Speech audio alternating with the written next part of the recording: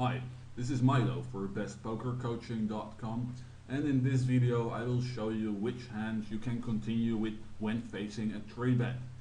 Another way of saying it is which hands should you fold versus a 3-bet. Now in general I use this chart. I have a few charts like this and I will provide them for you for free when you sign up at bestpokercoaching.com. With all these charts I make well over $100,000 per year, so trust me, they work. And I'll give them to you because, as Gordon always says, I'm happy to make you rich, or I'm thrilled to make you rich, I think. So how does it work? Well, you might figure it out already because it's pretty clear. All the blue hands you can continue with given the certain condition. So for example, versus a 15% 3-better or versus an unknown, I play all these blue hands, and when I know that somebody is particularly tight, like versus a 10% 3-better, I only stick to the green hands. Well, here goes the same versus a 25 to 30% 3-better. I use all these blue hands, and if the guy 3-bets me 20%, I stick to the green hands. So how does it work in reality?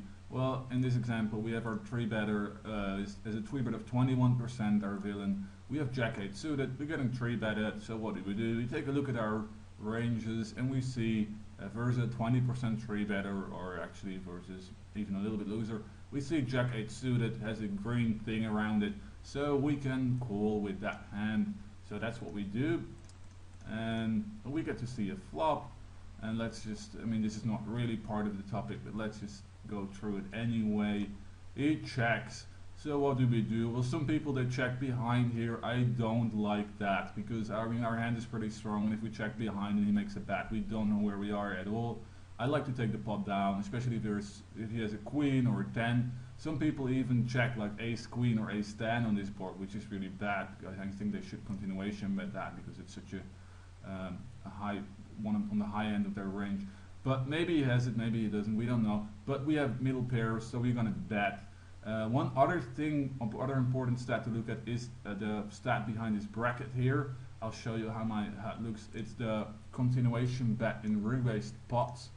Here it is.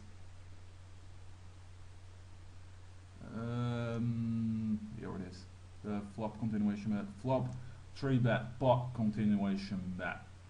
I think that's an important stat. So here we see it's 73%, which is quite a lot. It's not too much, but it's still it's a decent amount. So we can assume that he will bet his good hands because he just bets quite a lot in re-raise spots. He makes quite a lot of continuation. So when he doesn't, we can pretty much be sure that he doesn't have such a strong hand. Maybe he's slow playing a monster like Queen 10, but even that, I think with a stat like 73%, he's more likely to bet that. So I like to take the pot down with a middle pair. I don't like to see a turn card. You don't know what's going to happen on the turn, and our hand is just not that strong that we want to give free cards away. So what happens? Well, we bet 100. That's about right, I think, on this flop, since there are still some draws, and he folds.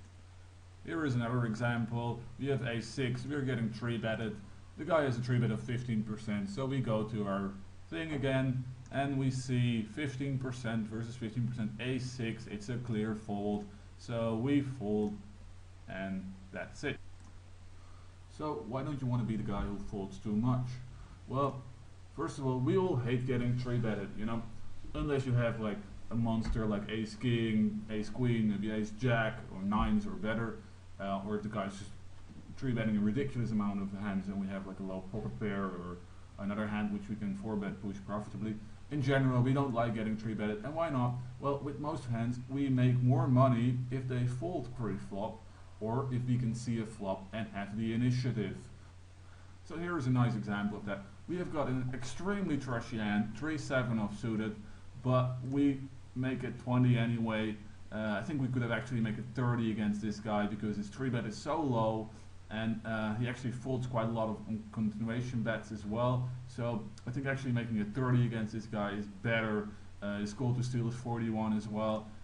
It's actually a good guy to make it 3x, but that's not the point of this hand. We make it just 2x, he calls instead of 3-betting. Of course, he should have 3-betted with a hand like 8s.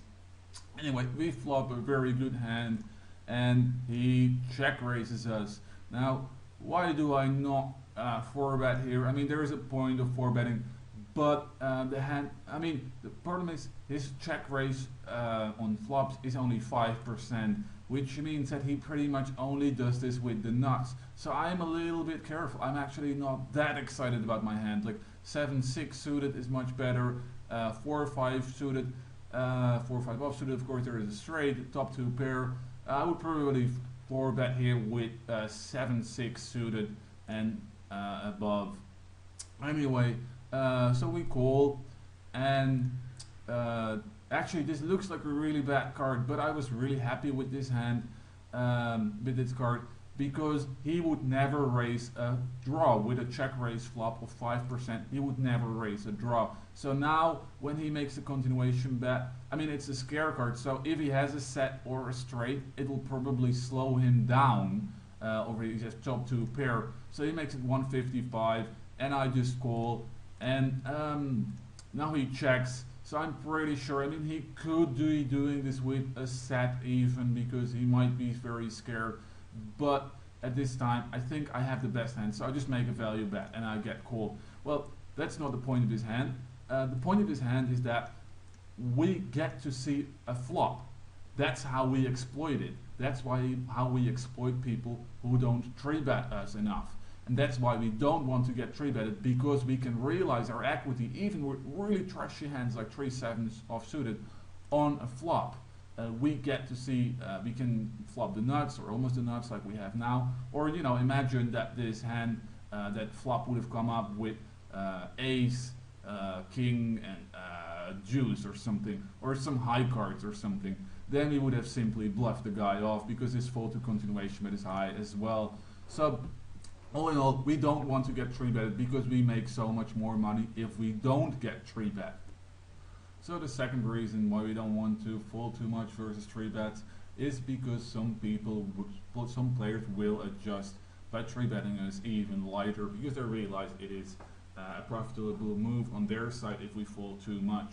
I mean, don't overestimate this point, because many people, many other players, they will not adjust at all, especially fishy players. They will just stick to their own strategy and stick to their own hands, and they will not look at our fold to 3-bet or anything like that, or they won't even think about it. So be careful with leveling yourself. Only see this as a point of against good players. You know, some players, I would say on 1-2 already, or 2-4, they're decentish regulars who will start 3-betting you a lot more once they see that your fold to 3-bet is very high. So how much folding is too much? Well, for that I'll go back to a chart I made in one of our previous videos. Let me resize it a little bit. I think this will be about clear.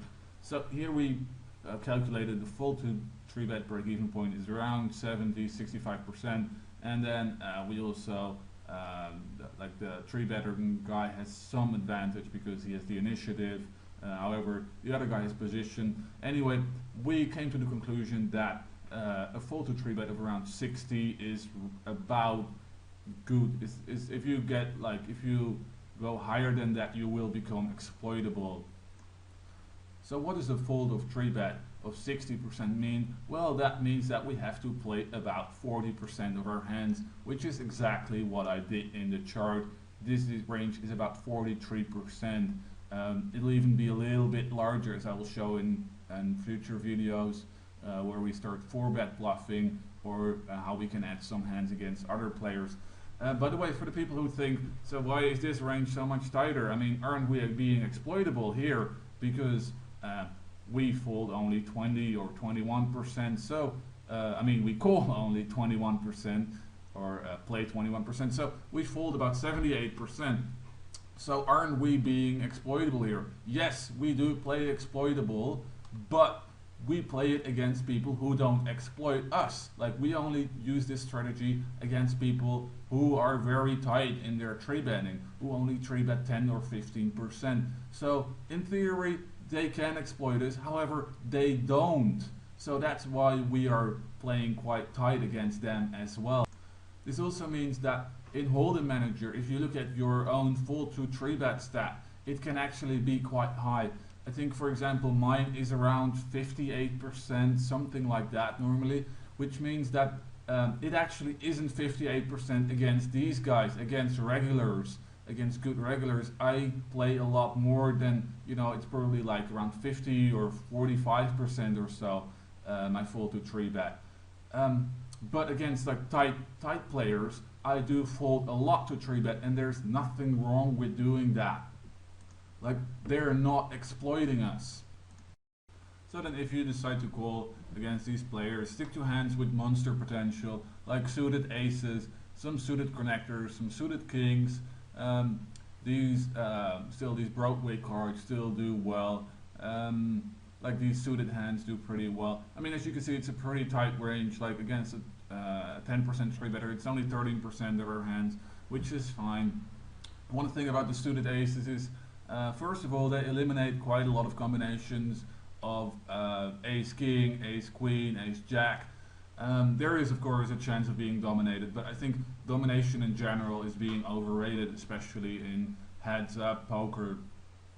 Then the other thing is the suited aces, they do very well against hands like kings, queens, jacks, tens. I think they have like about 40% equity, even pre-flop, maybe 35%.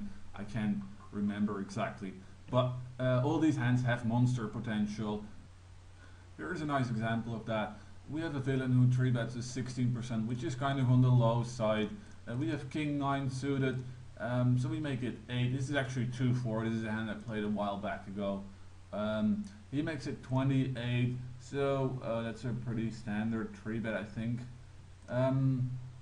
Let me guess, that's about 7 big blinds, right? Yes, that's pretty standard. The same you would see in 5-10 as well. So here we go with king 9 suited. Actually, we could even play it against a guy who only 3-bets is 10%, even then it's 15%. So our guy 3-bets 16%. So it's definitely a call. So we call and we get to see a flop.